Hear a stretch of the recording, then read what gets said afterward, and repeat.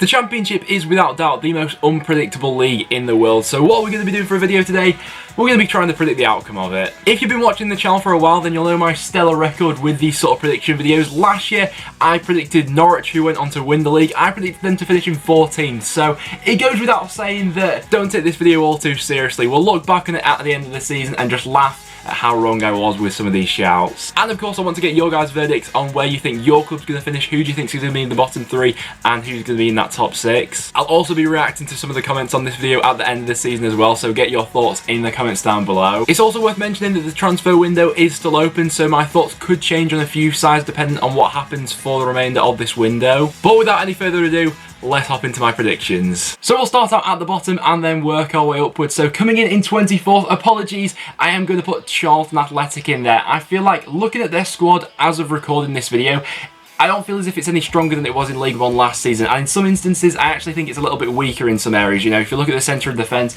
they've no longer got Christian Bielik in there or Patrick Bauer. In goal they brought in Ben Amos, who I'm not really convinced is up to Championship standard anymore. I'm not even sure if he will be their number one keeper this season. They may stick with Phillips. Midfield's another area where I feel like they do need a couple more bodies in there between now and the end of the window. You know, if you're looking to rely on people like Darren Pratley, I'm not sure that he's going to cut it. Going forward is where I'm most excited about seeing Charlton for this upcoming season though. Someone like Lyle Taylor, this will be his first season in the Championship. In League One last time, he scored 22 goals and popped up with 11 assists. He's someone who I do think has the quality to step up. Chukwuemeka's another interesting one. Had a good season in League 2 last season, but is still unproven in the Championship. Getting Johnny Williams back in for the season is absolutely massive. I think he will be that's the sort of quality that they need a bit more of dotted throughout the squad. I'm in no doubt they will sign more players between now and the end of the window, but at this point, I'm not convinced they have quite enough to survive. In at 23rd, we then have Wigan Athletic, another squad looking at it at this stage who I feel are weaker than they were last season. It goes without saying, but the loss of Reece James is absolutely huge. They no longer have that, real bit of quality either in midfield or defence to dig them out in certain situations. Also, the loss of Nick Powell means that they are relying on someone like Josh Windass to provide the creativity in that squad. And although he did show glimpses last season, I thought it was quite the inconsistent year for him. And if he's going to have a similar year next season and we're going to rely on him as their main creative outlet, that's a bit of a recipe for disaster. The problem with Wigan is that they've been linked to some very, quite high-profile players for the Championship over the window.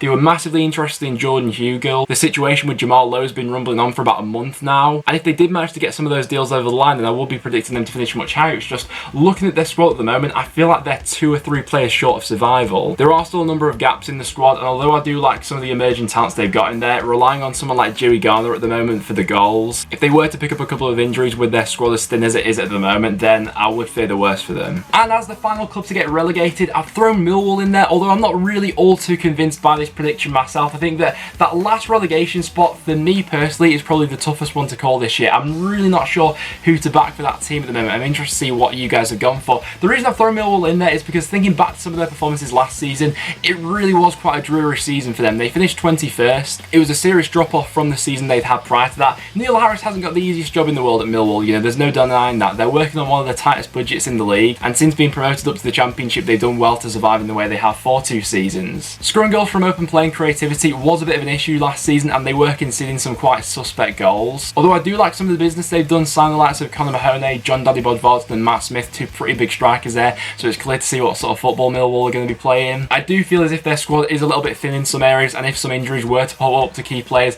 I'm not sure how they go on to fare without them. But last season I just felt like something was missing from that Millwall squad. Whether they've replaced that over the summer, it's yet to be seen. The starting 11's good enough to survive, but looking past that into the squad depth, I'm not all too sure. After that, we've got Luton Town just avoiding the drop. Now, Luton could surprise some people going into the league this year. It's always the toughest predictions to make as to the newly promoted clubs, because you never really know how they're going to adapt to the league above. Thinking back to when Preston were first promoted back to the Championship, a lot of people were backing us for the relegation zone that year, and we went on to finish 11th. So a side like Luton, who's got a lot of momentum from last season, they absolutely blew some sides out of the water. They finished top with 94 points, scored 90 goals in the process. I think the attacking options they had last season were absolutely fantastic in League One. I think they'll adapt to the league above. And despite losing the likes of James Justin and Jack Stacey, I do like some of the additions they've made already. They've signed the goalkeeper Simon Sluga for a club record fee. And as well as that, they've also targeted Championship experience, bringing the likes likes of Martin Craney, Brandon Galloway, Ryan Tunnicliffe and Callum McManaman. I quite like the look of the squad at the moment and what Jones is building there, and there's definitely a potential for them to finish much higher. After that, we're then going to have QPR. The reason I'm predicting QPR to finish so low is because there are so many unknowns going into this season for them. It's also worth noting how their form was towards the second end of last season. They only won 3 matches in 2019, which is, you know, relegation form, albeit that was mostly under former manager Steve McLaren. QPR has been a bit like a revolving door in this transfer window so far. They've signed 13 players already, the majority of them being either on free transfers or loan deals. Although I am a fan of some of the players they brought in so far, the likes of Jordan Hugill, Johan Barber, Mark Pugh's a nice option for them as well. There is a lot of unknowns with the players they brought in so far and whether they're up to championship standard or not. They have lost their best player over the summer as well, losing Luke Freeman to Sheffield United. Mark Warburton in there is going to try and get a progressive style of football going, playing out from the back. That may lead to some mistakes along the way, but I think that they will slowly start building in the right direction. This was a bit of a rebuilding year for QPR, and it may take a bit of time before that philosophy really does kick in. Coming in after that, we're then going to have Barnsley. I'm looking over Barnsley's squad at the moment, and I'm liking what I'm seeing. I'm surprised that so many people have actually predicted them to go down. I see them adapting fairly well to championship life, and they are that sort of side who I can see, you know, maybe even finishing a little bit higher than that if they do get off to a good start this season. They are another club who's been incredibly busy in this transfer window, but I'm liking the business they've done so far. They've added nice wide options in there, signing players like Luke Thomas from Derby and Malik Wilkes from Leeds United, who I'm a massive fan of. I spoke about him quite a bit on the channel this season. There were a few unknowns going into that squad this season though, people like Radlinger coming in as the new goalkeeper, and losing the likes of Pinnock, Lindsay and Davis will be a loss for them. You know, Barnsley last season were really built on a solid defensive foundation. They only conceded 39 goals in League One. What I do like about this squad though is there are options to interchange the way they play. They've got different sort of strikers in there, people like Kiefer Moore, who I think will be very effective at this level, and they've recently signed someone like Connor Chaplin who would complement a striker like Kiefer Moore quite well, making runs in behind off him. With the additions they've made, I see Barnsley scoring quite a few goals next season, and with how good they were defensively last season, despite some of the players they've lost, I think they're good enough to survive. After that, we got Birmingham, another club with a lot of unknowns this season. That's the sort of general trend with the sides I've put near the bottom of the table. After losing Gary Monk and clinical striker Cherlims, I'm not sure where I stand with this squad at the moment. They have made quite a few additions so far, most notably Ivan Sunjic coming over for about £7 million. He adds a bit more quality into that midfield of them. From what I've seen and heard of Birmingham from pre-season so far, it's looking like they will be moving away from that Gary Monk 4-4-2 going into next season, and it's sounding like they'll be trying to play a different style of football. I still feel as if they are lacking goals in there. Another couple of strikers really could be needed for Birmingham. At the moment, a lot of that goal scoring onus is falling on the shoulders of Djukovic, and I'm not sure how he can carry them, you know, for a full season. That's an area where they need to look into. Also, I'm not really sure what's happening with their goalkeeper situation at the moment. Having Lee Camp and David Stockdale as a number 1 and 2 probably would have been good about 5 years ago. They've signed Jake Lock-Salter on loan from Chelsea this season, although I also feel like another centre-back would be necessary coming into this squad as well. So still with a couple of gaps to plug up. I don't think they'll go down though, but I realistically see them finishing in this sort of region of the table. In 17th, I've got Reading, a club who's been on a bit of a downward trajectory for the past couple of seasons. I feel like things are finally starting to look up again at the club. They finished last season very well, played some very good football under Jose Gomez, who I rate, you know, very highly as a very good manager. He's not quite got the tools in there for Reading to really push on this season with some of the incomings they've had so far, but I feel like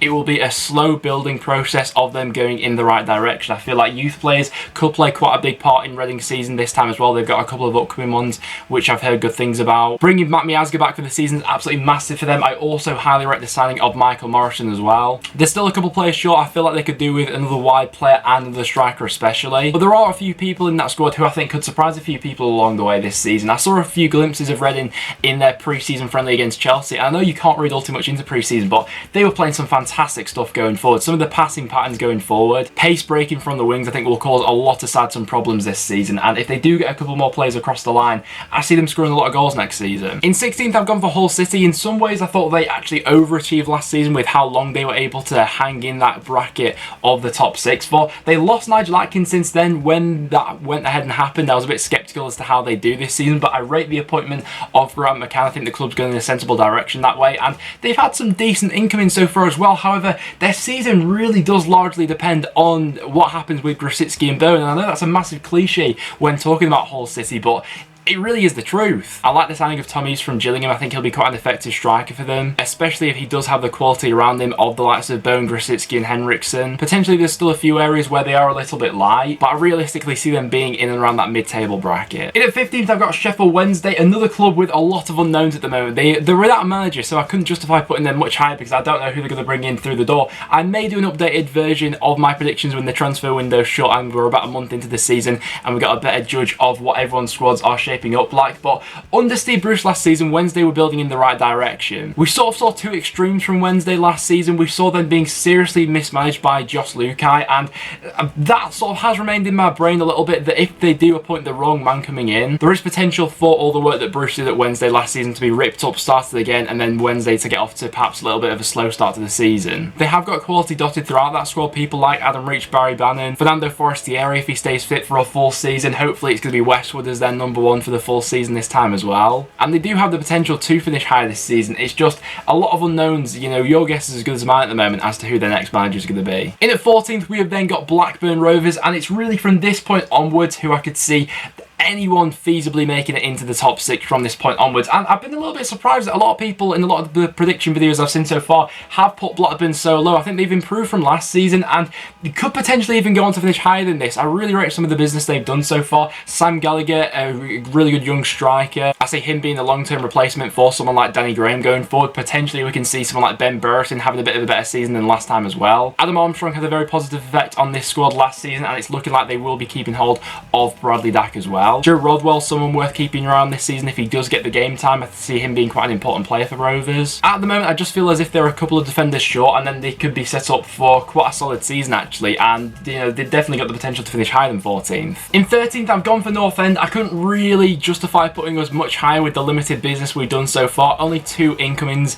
as of yet, 2 free transfers in Patrick Bauer and David Nugent. I rate the signing of Bauer. We were in need of a little bit more height in our back line. We struggled to defend set pieces and crosses coming into the box last season. I feel like Bauer will help with that. We are still a few players short though. Overall, I do see our squad being a little bit weaker than it was last season. We've lost the likes of Callum Robinson to Sheffield United. Lucas Nemecha and Brandon Barker have both returned from their loan deals. I think I speak for all North End fans when I say that I would like to see 3 or 4 more additions between now and the end of the window if we are to progress in our season last time. Our starting 11 is not a bad team at all. I think we've got some very good options in there. I think our midfield's looking good with the likes of Ben Pearson, Alan Brown. Billy Bowden, someone who I'm expecting big things from. He's looked really sharp in pre-season for us. I see him scoring quite a few goals from out wide. Our starting 11 is looking fairly healthy. It's just when you get past that and you look at some of the players on the fringes, I don't really think they're up to standard. And if we do have as many injuries and suspensions as we picked up last season, we'll end up relying on those players again, and some of them I'm not quite sure cut it anymore for us. Preston are the sort of team where I could see us realistically finishing anywhere from 8th to sort of 16th this season.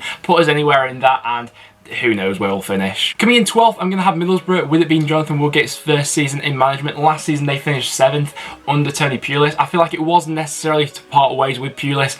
Last season it really was. It was a dreary one, you know. Despite Borough finishing, you know, fairly well, they only missed out in the playoffs by 1 point. It wasn't a great campaign from start to finish. There were a lot of dreary performances dotted throughout there. They only scored 49 goals last season, which was less than what Rotherham scored, and they went on to get relegated. I feel like a little bit more creativity could be needed in that side, although with potentially a new philosophy coming in, there are some decent forward options, you know. I'd like to see a lot more of a Sumbalonga this season. People like Tavernier and Wing could flourish under a new manager. I also quite like the signing of Marcus Brown as well. They've already got a solid defence to build on, you know. They've got one of the best goalkeepers in the league in Darren Randolph. There is potential with that Borough squad to make the top 6, and I think they will flirt with it for this season, but maybe with Woolgate's experience it may take them a little bit of time to get going. In 11th, I've gone for Swansea City. I feel like Steve Cooper will look to pick up from where Graham Potter left off there last season, and I see them having a relatively decent season. What I liked about Swansea last season was some of the goals they scored in football they played. They had the highest pass success rate last season, played some brilliant passing football, transitioning from the back going forward. I think they've got some brilliant technical midfielders. That's probably their strongest area. One player who I would like to see more of this season is Bertrand Selena. I'm a massive fan of him, especially if Ollie McBurney stays. I think that those two playing off each other work very well. It's a squad of very young players, one of the youngest in the Championship actually, and they're only going to go on and get better. A lot of the season probably does depend on what happens with McBurney. You know, you're probably looking at another 20 goals there. For me personally, the thing holding them back from the top 6 at the moment is they did concede a few sloppy goals last season. I see that maybe happening this season as well, with them not really addressing too much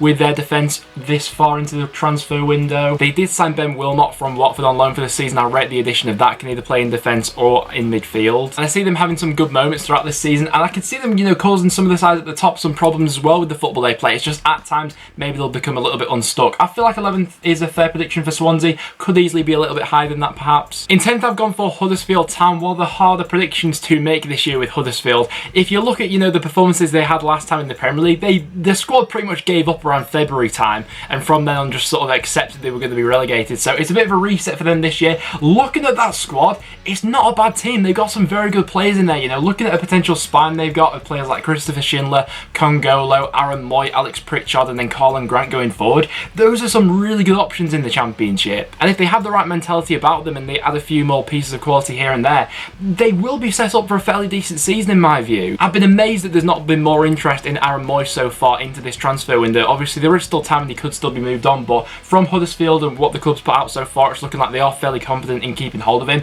That's going to be an absolutely massive bit of business if they are able to keep hold of him, you know. Thinking back to the Huddersfield's promotion season, he was absolutely instrumental in that. There's no doubt he's Premier League quality. If they do keep a hold of all those players I've mentioned, I'd be impressed. Colin Grant, someone who I'm looking forward to seeing in a full season in the Championship. I thought we saw some real glimpses of quality from his time in the Premier League last season. So for Huddersfield, I'm going to say 10th. It'll be an interesting season for them. In 9th, I've gone for Derby County under Philip Cocu. Another team who I see flirting with the playoffs throughout the season and definitely has the potential to go on and make it into that top 6. The reason I'm predicting maybe a bit of a fall off for Derby is because at this point I do see their squad being weaker than it was last season with the losses of people like Tomori. You know, that's massive for them defensively. Mason Mount in midfield, although I do like the addition of Kieran Dowell, not quite up to the standard of Mason Mount, and Harry Wilson as well, who did chip in with a lot of goals from wide areas. Potentially we could be seeing a few players step up for this season for Derby, people who were on the fringe of the squad last season. I still like the combo they've got going forward of Jack Marriott and Martin Wycombe. I see those two having a big influence on this season for Derby. They'll play some good football throughout the year and may just fall short of the top 6, but I certainly see them being around that area. After that, we then got Nottingham Forest under Sabri Lamucci. Interesting to see how he gets on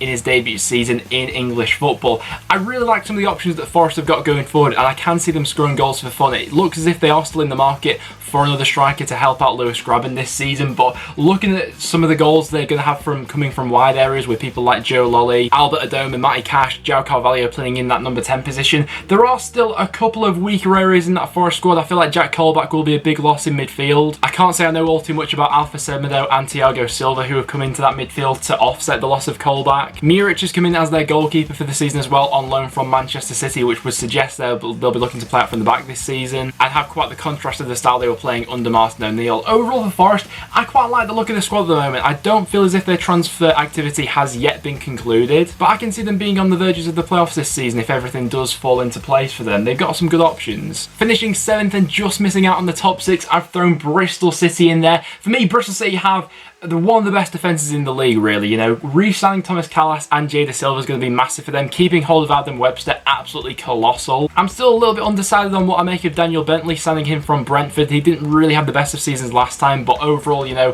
he's shown in the past that he is capable of being a good Championship goalkeeper.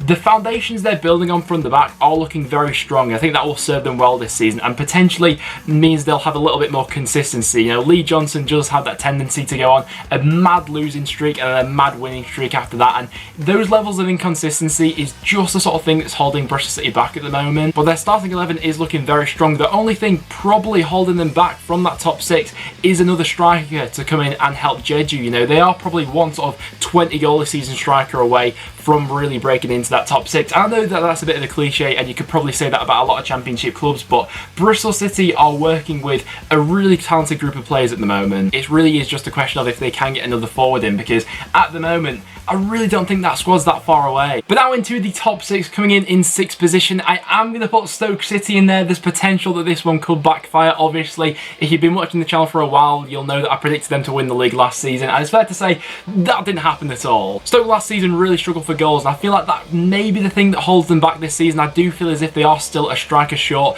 of really pushing on from last season. Last season they were the 3rd lowest scorers in the league. Only Bolton and Ipswich scored less goals than Stoke. They had the most goalless draws in the league as well. Although I do feel as if they have addressed that lack of creativity. From looking at some of their pre-season fixtures and how they've set up for those games, it is looking like they'll be going into this season playing a diamond in midfield and 2 strikers up front. At the tip of the diamond, either going to be Nick Powell or Tom Ince. Nick Powell I really rate the signing of, and Stoke have done some really tidy business so far. You know, they picked up quite a few players on free transfers, and they also spent a bit of money to sort out their defence as well. Keeping hold of Jack Butland is going to be very big for them. Obviously, it goes without saying that Ryan Shawcross is going to be a big loss for them for this season after that horrific injury he picked up in pre-season. But I do feel as if there's a bit of a change in the mood around Stoke after the summer transfer window that they have had, and if those new players that they have brought in can gel into this system immediately, they got a good chance of making the top 6 in my view. You know, that 6th spot right there is absolutely wide open at the moment. You know, anyone from Stoke down to even Sheffield Wednesday, depending on what manager they're getting, can feasibly sneak into that top 6 at the moment. You know, you could put those clubs in any order and I wouldn't be against it. I think they will be very strong defensively. It's just a question of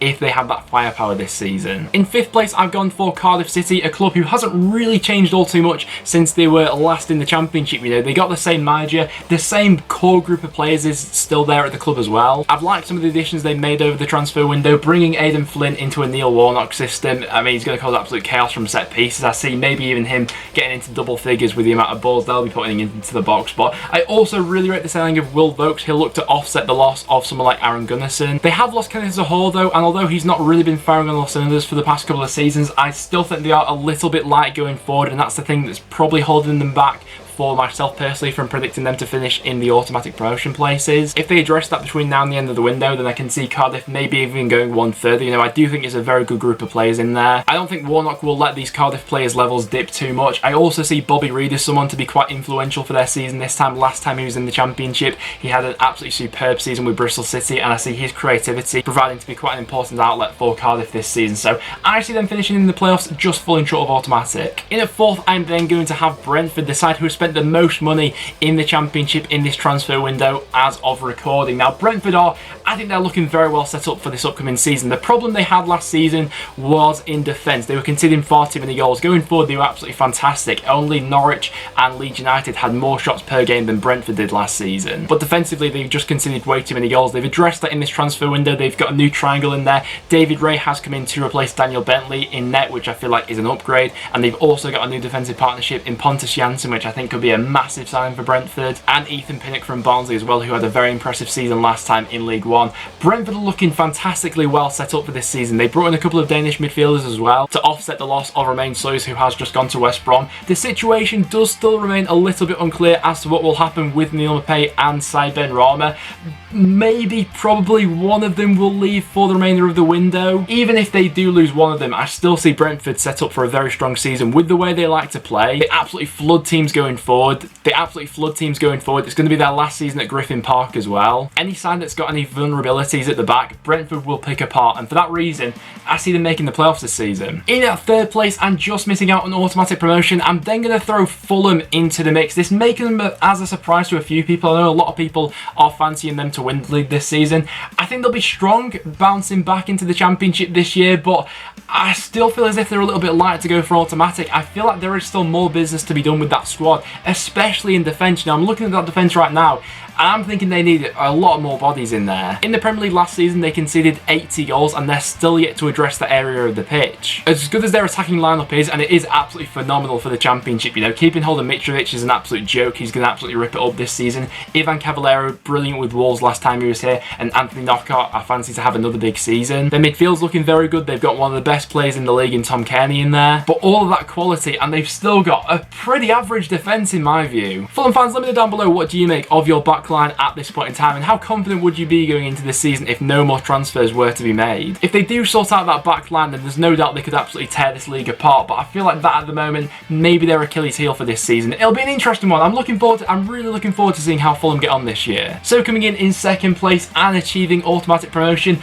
I'm going to go with West Brom for this place. Now, West Brom so far have done some absolutely incredible business. I feel like for the money they receive for Rondon, they've reinvested invested it into that squad incredibly well. Bilic obviously knows what he wants. He knows the weaknesses of this squad from last season, which went on to make the playoffs, and I feel like it's been distributed around the squad very well so far. Kenneth Zaha comes in as a striker from Cardiff. Romain Soyuz comes in from Brentford, a really underrated midfielder, adds creativity into that midfield, as does Filip Kravinovic. Daniel Furlong comes in to strengthen them at the back, and Semi Ajayi from Rotherham as well, a very diverse player. And at the moment, it does feel like they are sort of a striker and maybe another winger away from really challenging at the top this season. Now, I think there's a lot of optimism going around West Brom this season, and looking at their squad compared to everyone else who I'm predicting to be in and around the top 6, I fancy West Brom this season. I think they've got something about them. They've got a manager in Slaven Bilic who I myself have got quite high expectations of. And if they do get some more forwards in the next couple of weeks, I see no reason why West Brom can't go for the top 2. Which of course means coming in first place and winning the league. For me, it is going to be Leeds United. Now, an interesting one to look into with Leeds. At this point in time, I still feel like they have the most complete squad in the Championship. There are still some weaknesses in there. In an ideal world, they still go on and sign a striker and a centre-back for the rest of this window. But under Marcelo Bielsa, I just can't see Leeds standing still for next season. I think they will only go on and get better. The thing that Bielsa's able to do is he's able to make some pretty average players into some pretty great players. You know, if you were to tell me a couple of years ago that Kamal Roof would be a 20-goal a season striker in the Championship, I probably wouldn't have believed it, but he's taken this Leeds squad to a completely new level. Last season, Leeds were averaging 17 shots per game, which is an absolutely staggering record, by far the highest in the Championship from last season. I feel like what will remain in a lot of people's minds from last season with Leeds was them falling away towards the end of the season. They were without winning their last 4 matches, missed out on automatic promotion, and then of course lost to Derby in the playoffs. In those games, I don't really think that it was a case of, you know, Leeds' legs going or the Bielsa burnout or anything like that. Mostly, you know, a lot of those defeats were down to poor decision making and Leeds not taking chances. They were still creating a lot. There's creativity and tenacity in that midfield. Pablo Hernandez is once again going to be absolutely instrumental to them. He's now got Helder Costa to aim for on the opposite wing. Not a lot of people have really been talking about that deal, but I think it'll be massive for Leeds this season. And probably the best bit of business that Leeds have done so far is keeping hold of Calvin Phillips. You know, when Villa were really knocking on the door, they were putting in offers for him. Leeds remain strong in keeping hold of him, and that's going to be absolutely monumental for Leeds this season. He's the player who makes them tick. You know, Hernandez is the player who puts that cherry on the cake going forward. But in terms of the energy on and off the ball, getting the moves going, clicking midfield, and Phillips especially are the drivers in this Leeds side. I fancy Bielsa to work his magic once again. I also see youth players having quite a large role to play in this Leeds squad this season as well. They've got quite a lot of upcoming promising players. And whatever happens with Leeds this season, I guarantee it won't be boring. There's always going to be some drama going on around there. But as you guys can see on screen now, there are my predictions from bottom to top. So let me know in the comments down below, do you agree with my predictions or not? I'm interested to get your thoughts on it. But apart from that, guys, that will now wrap it up for this video. So if you're going to enjoy, make sure you leave a like. It is always massively appreciated. Make sure you subscribe for some regular Championship content, and let me know all your thoughts in the comments down below. Who do you think is going to be in the top 6 and who do you think is going to be in the bottom 3? But apart from that, guys, thank you very much for watching, and I'll see you all in the next one.